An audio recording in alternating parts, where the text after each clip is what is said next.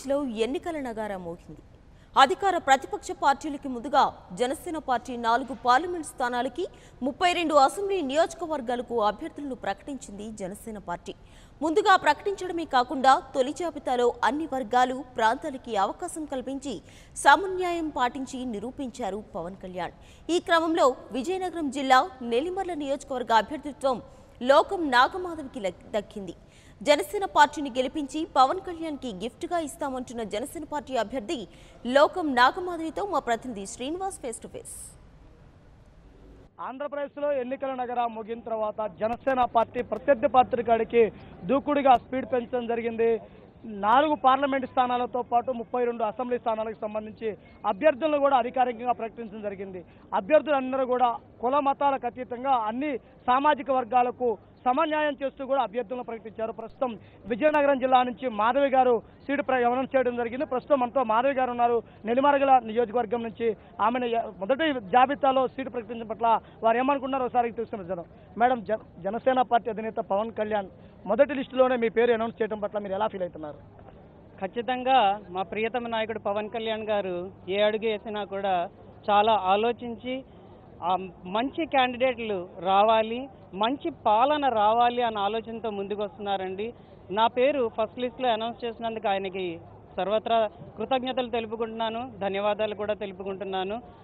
ఈరోజు ఈ సభకు విచ్చేసిన అశేష ప్రజావాహిని చూస్తే మీకు అనిపిస్తుంది జనసేన ఏ రేంజ్లో ఉంది అన్నది. ప్రతి నియోజకవర్గంలో కూడా జనసేన ఇదే రేంజ్లో ఉందండి. కాకపోతే మన ప్రత్యర్థులకి అది అర్థం కావటం లేదు, అదొక్కటే. మీ నియోజకవర్గంలో జనసేన పార్టీ బలోపేతానికి అదేవిధంగా మీ ఎన్నికలకు ఏ విధంగా సిద్ధమవుతారు మీరు? మేము ఆల్రెడీ నెల్లిమర్ల నియోజకవర్గంలో జనసేన పార్టీని సర్వత్రా సిద్ధం చేసేసామండి.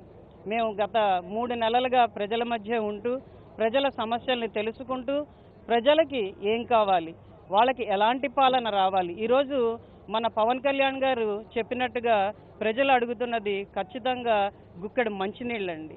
అది మా నియోజకవర్గంలో ఆ సమస్య చాలా ఎక్కువగా ఉన్నది. అదే కాకుండా మా నియోజకవర్గంలో తారకరామ తీర్థసాగర్ ప్రాజెక్ట్ని కొన్ని ఏళ్ల కిందట ప్రారంభించడం జరిగిందండి. కానీ ఆ ప్రాజెక్టు ఈ రోజుకి కూడా ఒక కొలిక్కి రావట్లేదు. దానివల్ల చంపావతి నీరు చాలామంది దాహార్తిని తీరుస్తుందని తెలిసి కూడా పాలకపక్షం కానీ ప్రతిపక్షం కానీ రాజకీయ నాయకులు కానీ ఎవ్వరూ పట్టించుకోకుండా దాన్ని అతి దారుణంగా నిర్లక్ష్యం చేస్తున్నారండి. అదే కాకుండా ఈ నీటి సమస్యని కొత్త దారిలోకి కొత్త సమస్యగా క్రియేట్ చేస్తున్నారండి. ఏంటంటే కెమికల్ ఇండస్ట్రీస్ని స్టార్ట్ చేసి పైడి భీమవరం ప్రాంతంలో పూసపాటి రేగ ప్రాంతం డంపింగ్ యార్డ్ని క్రియేట్ చేశారు. కానీ దాన్ని ట్రీట్ చేయట్లేదు, ప్రజల సమస్యల గురించి పట్టించుకోవట్లేదు, వాళ్ళ అనారోగ్యం గురించి పట్టించుకోలేదు.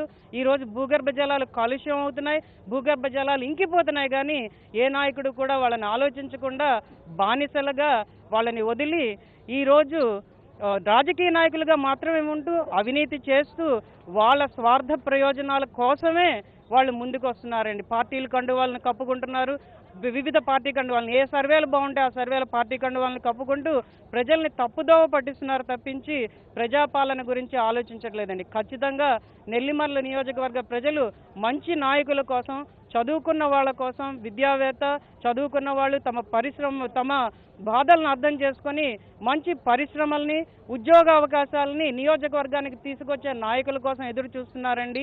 నేను ఖచ్చితంగా అది జనసేన పార్టీతోనే సాధ్యమని చెప్తున్నానండి. ఈరోజు యువకులు కానీ మహిళలు కానీ అందరు ప్రజలు కానీ ఉద్యోగాలు చేసుకుంటున్న వాళ్ళు, ఉద్యోగాల కోసం ఎదురు చూస్తున్న వాళ్ళు కూడా జనసేన పార్టీని సాధారణంగా ఆహ్వానిస్తున్నారండి.